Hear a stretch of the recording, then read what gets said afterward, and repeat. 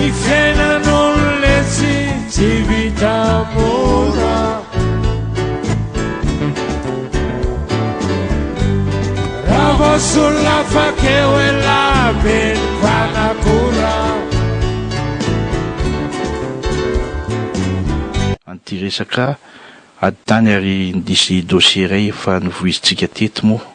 hatramin'ny androany a dia ny aditany ao Tomasinao a teo koa moa zany nitaraina tokoa ny olona ny Tomasina any amin'ny resaka aditany ka anisany hovizintsika ity dossier iray ity satria efa nataontsika mametraka an'ilay hoe aokazava tokoa fa mialohan'izay rehetra izay dia tsara nga mampatsy hivina amintsika ihany hoe iza moa le miady dia iza le tsy miady dia iza le victime sy ny karazany a. Izy ity dia aditany a amin'ny teratany vahiny anankiray teratany Karana ao Tomasinao. Ny teratany Karana dia antsoina hoe Moziz Raza Mohamed no anarany a izay fantatry ny maro ny hoe Moziz, fantatry ny maro hoe Moziz zany ny fiantsoana azy ary ny victime ao anatin'izay dia malagasy no miady a amin'ny teratany Karana ary anisany tena hoe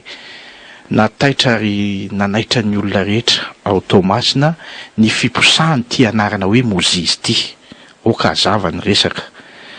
rehefa miposaka ny anarany Moziz io a betsaka ny fitarainana avy amin'ny Tomasina any a ao amin'ny resaka tany sy ny karazany ka ny voizintsika amin'ity anio ity toy an'ilay resaka efa natao a dia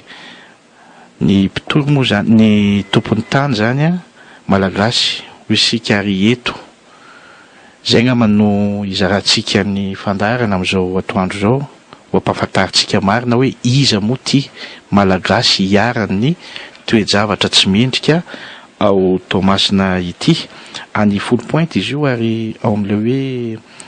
hoe Villa Apasvelona ny tompony zany a ary eto dia sahako ny laza fa ho taitra daholo ny olona rehetra raha maheno an'izao anarany zao. Malagasy anankiray a vehivavy izy io renim-pianakaviana manamaha izy azy dia tsy izy zany fa Ramatoa François Angeline. Io zany no miady amin'ny teratany Karana amin'ny toe-javatra tsy mety a ao Tomasinao a amin'ny resaka tany zay. Tsara ngamba aloha ampahafantaritsika ty Ramatoa François Angeline ity fa io renim-pianakaviana io efa lehibe izy zao efa retraité efa retraite izy amin'izao fotoana fa io renim-pianakaviana io tsisy tsy mahalala an'izy io tompoko nampitondra fanjakana tany aloha rehetra tany ary olona tsongon'olombolo izy ao Tomasinao. Anisan'ny vehivavy mpandraharaha voalohany tao Tomasina ary nanana izy azy. Mpandraharaha voalohany manana maha izy azy niaina tamin'ny fiainana mahitsy fa raha misy samilaza koa eto manana dossier momba azy ho eto fa vitantsika koa no miteny hoe kay olona manaonao foany koa ty olona ity fa rehefa natao ny fanadihadiana samihafa fantatry ny olona rehetra hatramin'ny mpitondra fanjakana tany aloha hatramin'ny tompona ndraiky mpanjakana tany aloha izy moa efa retraite amin'izao fotoana fa olona manana maha izy azy ary tsy mba nahitana teboka mainty izany olona izany a teo amin'ny asa izay nataony tao Tomasina tao. Betsaka ny mahafantatra azy. Ramatoa averintsika ny anarany François Angeline. Io ramatoa io dia anisany atao hoe ray aman-dreny itsika ary anisany nanao ny asa mahitsy teo anatrehany ny asany rehetra amin'ny mampandraharaha azy. Nanao ihany koa ramatoa io ty renim-pianakaviana ity teo anivo ny fiangonana ary ray aman-dreny be izy tamin'ny fiangonana indrindra tamin'ny resaka FJKM izany. Raha resahana fotsiny hoe tao ao Betela ao Tomasina zany dia anisany nanampy betsaka izy io teo amin'ny sehatra ara-piangonana. Dia garitsika hoe ramatoa ihany koa dia nisehatra tany amin'ny resaka hoe manampy betsaka na teo amin'ny mpitondra na teo amin'ny fitantanana ny firenena zany ao amin'ny resaka ara économique zay amin'ny mampandrara azy fa ny zava-misy ihany koa tsy nionona tamin'izay ty ramatoa ty fa nizotra nakany amin'ny fanampiana ny tanora dia raha natadiditsika nisy ny atao hoe Akony Tomasina tamin'ny resaka sport zany dia anisany nitondra ny anjara biriky mavesatra ihany koa izy tamin'ny fampandrosoana an'izany sport zany tamin'ny fotoan'androny tany Tomasina tamin'ny fotoan'androny zany hoe Akony Tomasina izany. Ny zava-misy raha ny relation ananan'ny ty ramatoa ty zany ananan'ny ty renim-pianakaviana raha François Angeline ity raha izy ny tianao abus de pouvoir na izy ny tianao kolikoly avo lenta na izy ny tia hisehatra any amin'ny zavatra tsy tokony hoeritreretina kanefa tokony ho vitany daholo zany rehetra zany dia tsy mba nisehatra tamin'izany izy fa lanao ny nandeha tamin'ny fahamarinana ka tojo amin'izao zavatra zao dia voaporofo zany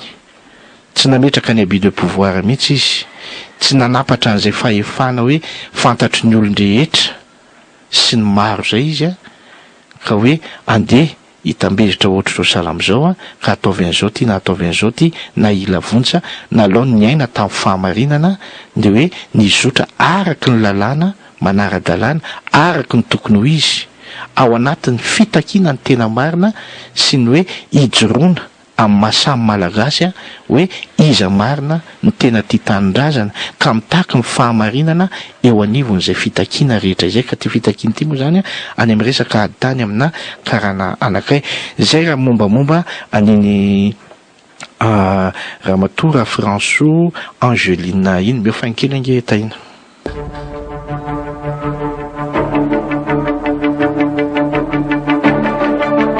Idiratsika vetrany amin'izay ty resaka aditany ty satria azo daholo ny porofo ankehitriny ary tena hoe raha ny tany saitsika teto dia resaka toerana anankiray any folo point io toerana io ao amin'le hoe villa Ampasivelo zany anty renim-pianakaviana ty izy dia efa lehibe moa zany mazava ho azy efa retraite izy fa rehefa nanana trano izy sy tany teo amin'ny toerana io ataontsika kely ny rappel misy taratasy ara-dalàna tamin'ny permis de construire azony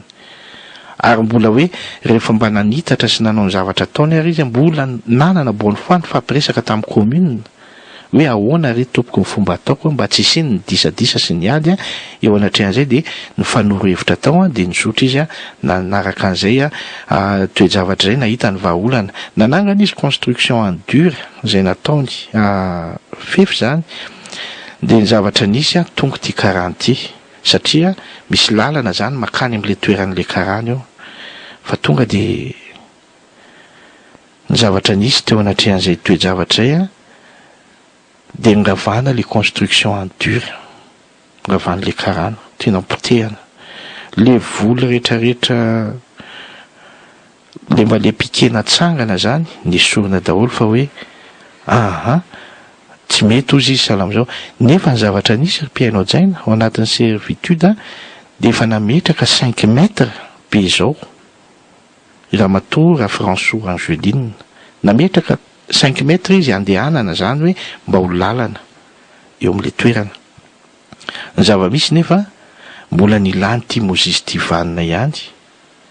dia tena hoe fanapotehana zany nisy fanapotehana samihafa ny zavatra nisy tao anatrehan'izay ka lasa niteraka an'izao disadisa sy ady izao hoe manao tsindriovalavo amin'izy satria efa tsy ara-dalàna intsony koa efa 5 mètres kosa ve no omen'le olona anao hoe lalana andehanana dia ny zava-nisy tsy tahotra tsy elatra ihany koa nanaova ny construction illicite trano falafa zay eo amin'le toerana asa hoe inona zany nitakin'le teratany karana le musée io hoe atao boulevard mihitsy ve makany aminy sa ahoana izay sehatra ny zavatra maro samihafa zay nefa no tena nahitana karazan-javatra maro samihafa izay ananana porofo mazava raha ny dossier eto izay fanaovana construction illicite rehetra zay dia nananana porofo mazava ary ny lalana nizorana teo anivon'ny fitsarana dia fara moa tapa-kevitra ty renim-pianakaviana ty rehefa tsy voavahany alohatreo tany amin'ny fitsarana sy mifanadiadiana nataon'ny Bianco, izy tsy nanao hoe tsy nanao akory ny Bianco, izy tsy nanao hoe ratsy akory ny fitsarana, fa nanana mpisolo vavy izy, satria rariny loatra raha tonga tamin'izany anamarina sy hijery akaiky ny toetra raha rehetrarehetra misy teo anatrehan'izay. Efa ao amin'ny antso Antarbio ny solombava, ny mpisolo vava ny Ramatoa François Angeline, dia ny mpisolo vava Maître Fara Razakasolo zany amin'izao fotoana izao. Raha efa ao ianao tompoko miarabanao afaka miditra avy hatrany omeo miprofo rehetra manazava nyity resaka ady tany amin'ity teratany karana mozy izay manao ampimamba any Tomasina ity. Rehefa ianao maître afaka miteny avy hatrany tompoko. Kasika ilay raharaha Facebook dia efa hatramin'ny 2016 no nanomboka ilay problème. Izany hoe tamin'ny voalohany nahazo permis de construire zany ny tompony tany izay olona rovanay, aradarana tsara le permis de construire. Dia rehefa nanomboka ny construire zareo dia iny amin'izay zany nanomboka sirena ilay karana, efa zany ny permis ara-dalàna, ny 5 mètres service de passage efa nomenamitra do tsara mihitsy. Dia nanomboka sorena izy dia nitapahany le tsy teo amin'ny tokotanin'ilay olona izay rovanay ilay construction izay nataonay nanomboka hoe ravaravany dia nitorony olona izay rovanay teny amin'ny procureur dia zavatra mampalahelo hatramin'ny 2016 no plaintinay izy hatramin'izao tsy hita popoka hoe aiza na aiza, zany hoe mikapa ho fitsarana ao. Zareo indray nefa nitory tany amin'ny chambre administratif hoe ho foanana ilay permis de construire dia raha nandeha androany fitsarana nivoaka androany nididy nahazo kopia ny didy androany amin'ny exécuté n'androany andro ray zany nazondrany zany rehetrarehetra zany. Nenay nefa efa hatramin'ny 2016 mba nitory no arovalay tsisy toyany mihitsiny. Nandeha amin'ny procédure rehetrarehetra izay efa nivoaka tamin'ny gazety hatramin'izay dia hita be zany ny fitonilana ny fitsarana tany amin'ny karana io satria démolition an'ilay clôture izay ara-dalàna nataonay nangatahany karana dia arak'izay fantatiako izay efa vetivety any dia nivoaka ny didy raha iandro any dia nahazo grosse le karana dia nanao suspension moa izahay dia efa be da be koa ny zavatra tsy ara-dalàna tao anatin'ilay procédure dia nahazo décision ndray zareo hoe tsy maintsy nadeteur zany le suspension nangatanay dia tsy mekeny fitsarana ambony ndray zareo demande de suspension zay fa teny fitsarana ambony apaterao didy io dia mi-exécuté na ilay fikarana hoe potehana ilay clôture anay dia nipotehana ilay clôture dia rehefa vita zany dia zavatra hoe dia exécuté le didy potika ilay clôture. Fa ny zavatra tena mampalahelo zany ny zavatra hitanay amin'izao fotoana izao mikasika ny raharaha io dia voalohany indrindra aloha eo amin'ny traitement le dossier dia hita ny vandravandra zany hoe irefa ireto olona ireto no mandefa fitoliana any amin'ny fikarana dia tena mitarazika dia mitarazika ny raharaha ary tsy misy toyany iny. Rehefa ity karana ity no mandefa fitoliana dia farak'izay aingana indrindra ary hitanao mihitsy zany hoe kasika le démolition ohatra ny jurisprudence rehetrarehetra ao amin'ny fitsarana rehetra tamatavy mihitsy dia milaza fa hoe rehefa resaka démolition dia tsy mahesa incompétent ny fitsarana ady maika mikasika an'io. Ity nefa sady natao aingana be ny didy noho ny ordonné ny fitsarana hoe compétent izahay apoteo io construction io. Dia rehefa ni-exécuté an'ilay démolition koa zareo démolition de clôture no natao no ordonné dia tsy manino ni-exécuté décision potehana le clôture anay fa tsy vita an'izay fa mbola ny ravaravanjareo zany ny voly teo amin'ilay tany nanaovany lalana mahitsy be mihitsy dia mbola manana sary izahay manana profa ilay gardien-jareo mihitsy no mandravarava manamboatra lalana eo ny taninay io nefa démolition no didy nivoaka. Zareo tena hatramin'ny nibozaka ny bambo eo amin'ny tany eny potehany mba ahafahanjareo manao lalana miaingany amin'ny arabe hatrany amin'ny tanin'ilay karana. Zany zany zavatra amin'izao dia mampalahelo dia mampalahelo hoe hatray tsy mihitsy mihitsy fitsarana manoloana zavatra zany zavatra zany. Dia hatray zany ahafahan'io karana io manao izay tiany atao mampuni ny zavatra tena mampalahelo anankiray koa dia mikasika an'ilay trano nanaovany tranona gardien eo amin'ny taninay tan'ilay olona izay rovanay mitory izay tsisy mihetsika ny fitsarana tsy misy toy ny fitorana fa dia hoe ilay karana izao no manamboatra trano eo amin'ny tany ny olona izay rovanay eo amin'ny elatsela hoe servitude de passage ka ireo zany zavatra amin'seho mampalahelo mikasika an'ity raha ty izay hita hoe misy tsy ara-dalàna misy abus dia be loatra efa nanao décisissement moa izay hoe raha mbola ny fitsarana eto Tamatave no mitsara ny raha kasika an'ity karan'ity dia ohatr'izao foana dia nefa dia misy izay demandena izay efa nitakiany Antananarivo ny dossier hoe ampiakaro aty dia mbola ny forcena ny tsarana teto Tamatave ihany izay ngamba ny afaka lazaiko mikasika an'ity raha ao fotoana. Ramatoa Mpisolovava mbola ve ianao fanontaniana ihany tompoko hoe eno fa tonga tany toerana ny tany Full Point zany tany amin'ny toerana io zareo avy eo amin'ny ty karana mozizy ity zany nitondra mpanao gazety dia nitondra Mpisolovava ihany koa izay miaro an zareo teratany karana io zany miaro an'le mozizy zany. Inona tompoko no vaovao azonao ampitaina mahakasikasika an'izay Ramatoa Mpisolovava? Mbola tsitako zany ny zavatra naseho tany hoe inona ny zavatra nataony zareo dia hitatsika ngamba ny fandarara teo moa efa nalefa ny guionko. Eny tompoko mbola ao ihany ianao mbola misy fanontaniana mba apetraka aminao ihany no hoe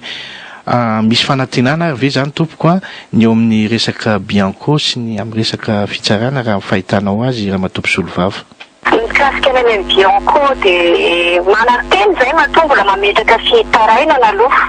tsy misy foana ny fanantenana nefa naizanona zany zavatra misy koa nefa ny mikasika ny betsaka ny fitoriana alefa ny amin'ny Bianco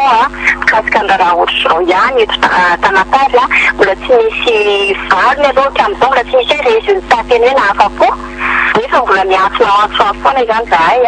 mikasika ny raha ty. Fanontaniana farany tompoko raha mbola ao ianao fanontaniana farany mba apetraka aminao no hoe marina tokoa ve fa be ny dossier satria moa nareo Mpisolovava mikirakira n'ireny dossier an'olona mpitory sy ny karazan'ireny marina tokoa ve fa maro dia maro tokoa ny dossier izay mitory an'ity karana mozizy ity ao Tomasinao amin'ny resaka tany zany amin'ny ady tany sy amin'ny resaka misy koa moa zany ny karana samy karana efa tena lemonina amin'izy ity amin'ity mozizy ity mitombona ve zay misy ve zay tompoko? Tena be da be azoko valiana tsara misy satria tena be da be ary nanenera angamba ataoko hoe tsy irery ny dossier zany miady amin'io karana io ary tena hoe tena samyjo zany izy raha mbola fitarana Tamatave dia alefa izay ataonareo fa tsy natahatra zany izy tena be da be ny raha zany tena hoe ireharehavany karana ito raha mbola ire Tamatave ary tsy fitaraina ny olona. Isorana betsaka ianao Ramatoa Mpisolovava mbola ve izy efa lasa isorana betsaka ianao makasitraka indrindra tompoko tamin'ny fampitambo avaogoavana satria tsy mitory tokoa tsika eto amin'ny okazava raha tsy misy ny porofo makasitraka Ramatoa Mpisolovava.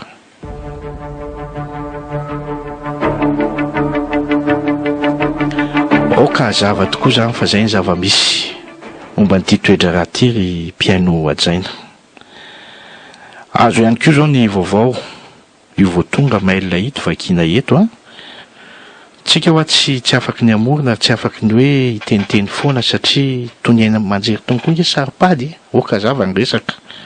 fa matoa ny olona zany tonga amin'ny toe-javatra toy izao dia efa marary izy misy marary azy ao ary tena misy ka izao araky ny hita eto amin'ny mail ihany koa zany dia ny zavatra misy zany amin'izao fotoana ny vaovao azo dia tonga tany toerana tokoa zany reo le olona reo fa zao ny vaovao ny zava-misy zany rehefa tonga tany reto Mpisolovava sy mpanao gazety reto dia rehefa nanontaniana le Mpisolovava n'le karana zany hoe fa maninona no esorinareo ny volonay sy ny karazany dia namaly izy hoe zahay ange ozy izy tsy nangalatra tany fa trasy nisy pointier ao anatin'ny plan no natao fa zay ozy izy tsy nangalatra tany velively eo indrindra ny tondratsika fanazavana kely ny hoe raha tsy nangalatra tany ve ianao tsy nanao ampimamba tanin'olona inona ary mahatonga an'le olona miteny inona ary mahatonga an'le olona hitaraina ary inona ary mahatonga an'le olona hiantso Mpisolovava ka hizotra ho any amin'ny raharaham-pitsarana zavatra lozika be zany mba samy tia an'izany abus de pouvoir sy ny karazana zany iny ny olona rehetra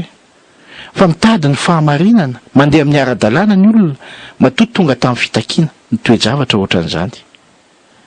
dia rehefa nanontaniana le Mpisolovava no hoe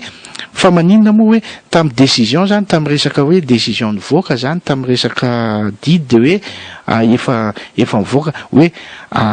manaraka ny didim-pitsarana izahay eny manaraka ny didim-pitsarana ianao fa fanontaniana napetraka reto mpitory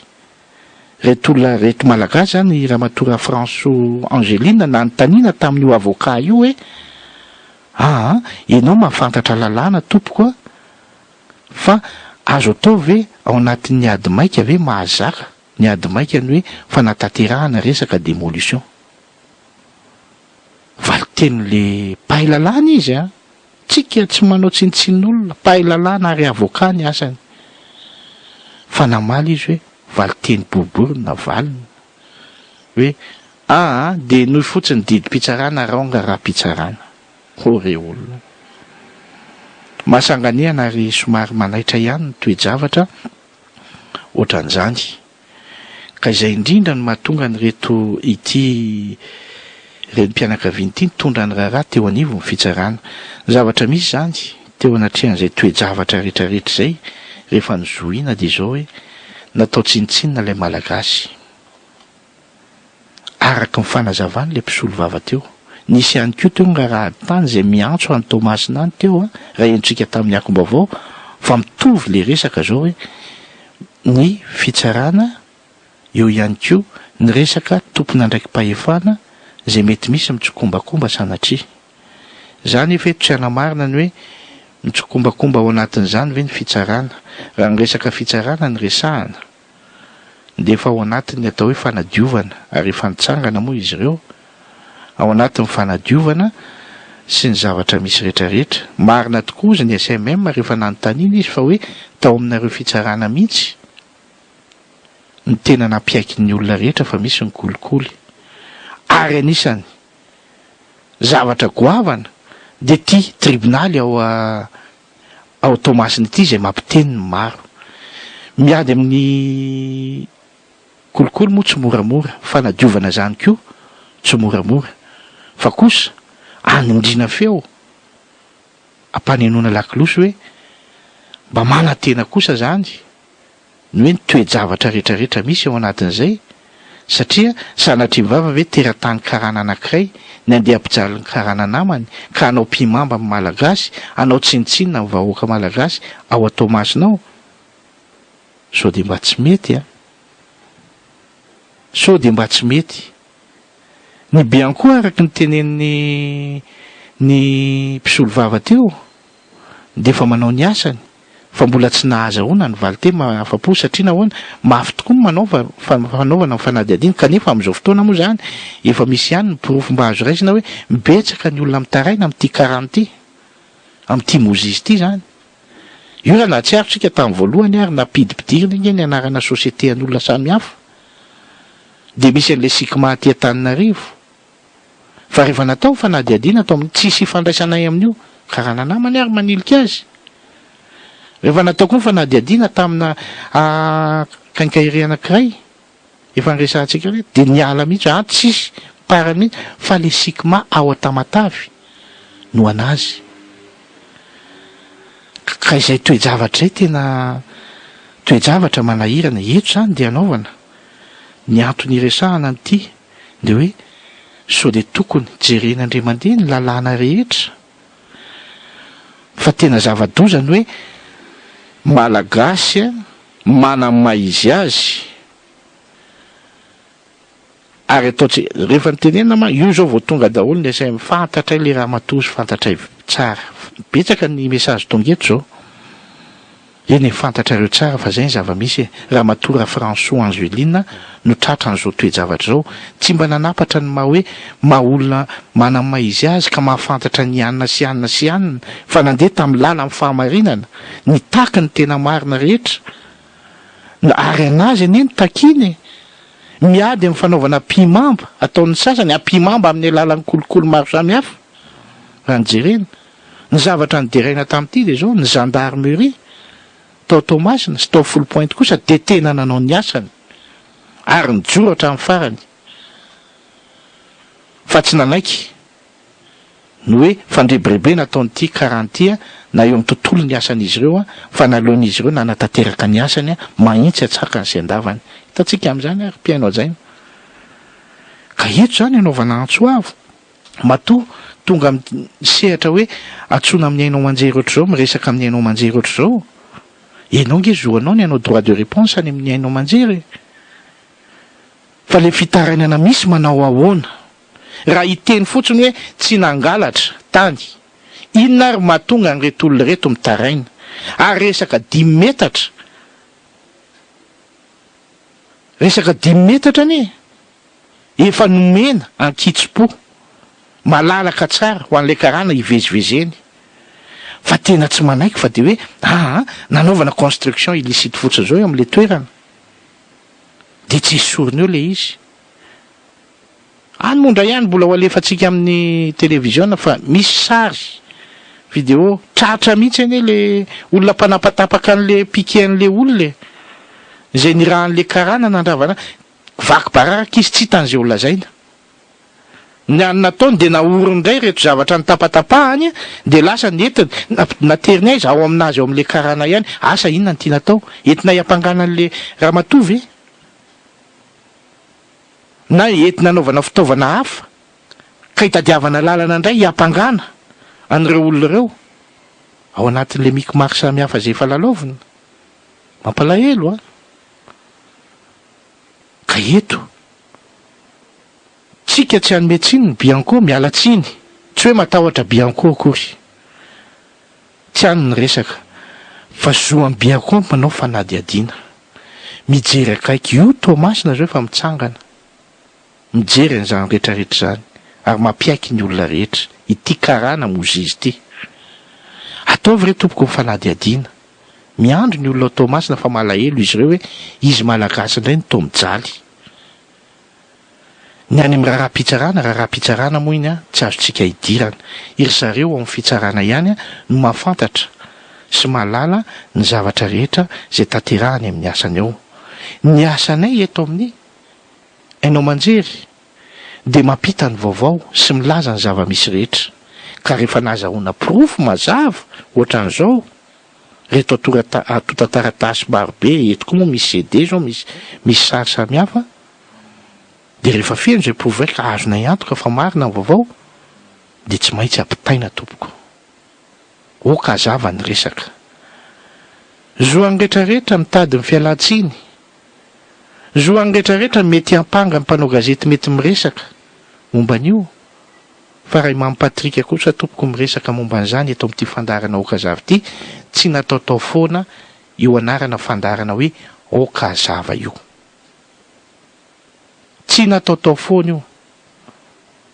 zay le fanatanterahana ny asa satria nahoana anisan'ny mino sy miaino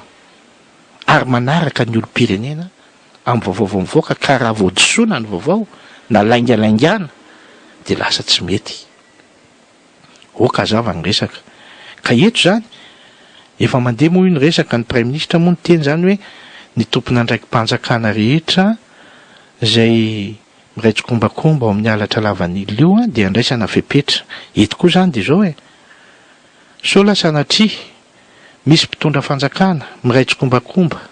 na tompona ndraiky pahefana miraitsy kombakomba amin'ity mozy izy ity ataovy tompoko mifanadiadiana fanafodiny tanterao ny zavatra tokony tanterahana amin'izany ary le mozy izy raha hita marina fa meloka eo anatreha mifanadiadiana samihafa zay atao de mba manatena koa zany ny vahoaka ny Tomasina sy ireo karana victime manaovany azy satria mampalahelo ny karana anie de zao mandoto rano an'izy ireo maika moa fa amin'ny malagasy eritreretiny gamba eritreretiny ty mozy izy ty fa hoe mahantra fa diranovana tsy manam-bola ka anjakazakany betsaka an'iny karana manam-bola fa tsy de mbo hoe manao an'izay fa tia contraire karana namany indray karana mitovy aminy moa zany tiana tenenina no anisany manenjika ary anisany tena hoe mikolay mihitsy amin'ny zavatra ataony satria mandoto loatra n'le fiarahamonina le teratany-karana zay monina sy mivelona ao Tomasinao hatrany folo-pointy ihany ka ty resaka ady tany ity dia anisany tena mampiteny maro amin'ity mozizy ity miofainy kely ange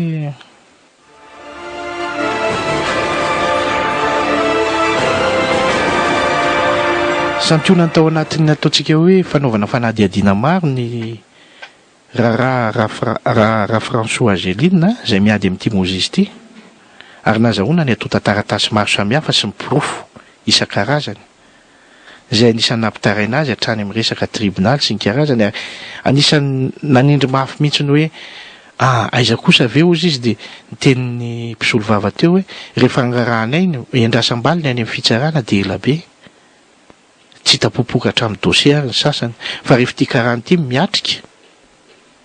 ray minitra ohatrany teo ka tonga hatrany amin'ny resaka hoe ady maika dia ny ady maika ave mahazaka ny fanaovana démolition io zany mampametra-panontaniana za tsy mahay an'izay lalàna zay fa rehefa manazava kosa ny mpisolo vava zay pahay lalàna zay manakaiky an'ireo mpitsara ireo ao anatin'ny tontolo ny fitsarana zany dia lasa ny sainao hoe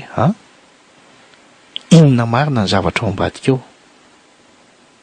ka eto zany dia mba hitenenana mihitsy ny hoe manatena ihany koa satria ny Bianco koa dia anisan'ny efa hiverena amin'ny fitokisan'ny vahoaka amin'izao fotoana tao anatin'ny fanatanterahany asany ary dia manatena ny vahoaka malagasy an'izay fanadiovan'izay sy mifanadihadiana goavana zay entin'ny Bianco ka ahitana valiny ary manatena ihany koa reto mpitory reto mba hizotra araky ny tokony ho izy fa momba an'izay toe-javatra rehetra izay dia zao raha ny dossier pitsopitrona dossier tonga eto amin'izao fotoana dia betsaka anie fa rehefa feno tsara izy ireo dia ho resahantsika eto tao anatin'izany misy mifandratrana karana ka mbodona ny taniny ary ny tena zava-doza dia le mozizy miaraka amin'ireo zanany no manao an'io toe-javatra io ao Tomasinao mampalahelo misy koa aferana sinoa ihany koa mbola miapangana io mozizy io raha ny dossier eto moa zany fa niakoatran'izay any amin'ny maître teo mbola hafa misy ihany koa nyrarahatra any amin'ny resaka BTM momba an'io resaka tamin'ny andron'ny BTM any amin'io resaka mozizy io betsaka ny zavatra miseho any ratraina ny gardiana kahana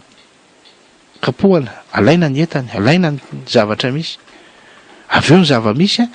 izy mandratra sy anina indray dia le zanany indray mba lasa mianan-kendry mitovy fa hoe le olona indray hony ny diso misy vavolombelona misy inona fa zao aloha feno tsara koa ny dossier rehetra ny tonga eto am-pelantanantsika ka rehefa azo antoka tsara hoe izay ny marina dia tenenitsika fa maro izy ireo eto fa dia mpanaovana amin'ny fanadihadiana trano moa eo anivon'izay toe-javatra zay fa eto zany dia hoe tsindrim-peo farany hoentina amintsika dia ny hoe ire mpitondra fanjakana ire tompona andraikitra ambony eto amin'ny tany sy ny firenena efa mizotra amin'izay atao hoe mitady mipiraitsy kombakomba amin'ny tsy maty manota sy manao ny tsirariny eto amin'ny tany sy ny firenena ianareo dia mba jereo koa zany io Tomasina io fa sao lasa anatry mivava misy aminareo tompona andraiky mpanjakana ambony sy tompona andraiky mpanjakana izay misy amin'izao fotoana no miraitsy kombakomba amin'ity mozizy ity dia mipetraka fanontaniana hoe ho aiza ihany ary i Madagasikara ho aiza ny vahoaka malagasy eo anatrehan'izay toe-javatra izay tsika tsy miampanga mihitsy hoe misy zany fa mifanadiovana izay efa ataonareo tompoko dia tohizo na eo amin'ny fitsarana na eo amin'ny Bianco na eo amin'izay fa manantena kosa reto olona malagasy izay tsy mba nampiasa ny heriny tsy nampiasa ny fahaizany tsy nampiasa ny fahalalany fa nizotra nanara-dalàna ka niatrika ny zavatra marina ka nitady ny fahamarinana hatramin'ny farany dia mba oka mba ho tonga amin'izay fahamarinana izay no tanjona tiana tratrarina ka atongavany amin'ny tanjona mba eritreretina eo anivo ny fananany fa tsy ataony vahiny ampimamba sy anaovana body force sy lalaovana resaka kolokolo maro samihafa anaovana zavatra tsy mendrika toy izao.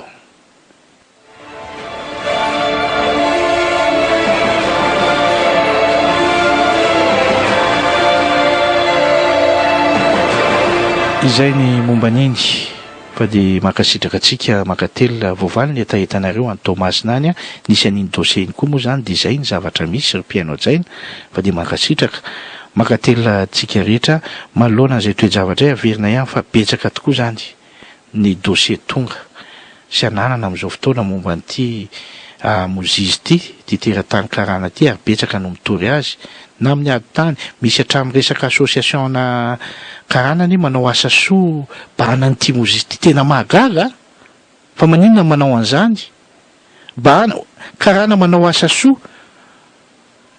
de bahanany ary rahonany mihitsy fa hoe tsy tokony ireo ny anao an'izany nefa ara-panjakana ny taratasy ananan'ireo olona ireo ahafahany manao an'izay asa soa rehetrarehetra zay de ohatra mahalasa saina ihany koa zany rehetrarehetra zany ka izay fandraisana andraikitry ny fitondrana fandraisana andraikitry ny manam-pahefana fandraisana andraikitry ny tompona andraikitra rehetra eo anatrehan'ny toe-javatra no mba andrasany ny poniny tamatavy eo zany ao anatrehan'izay toe-javatra miseho zay fa dia efa mitaraina tokoa ny olona ao atamatavy ao. Ny fiainan'olona tsy vita mora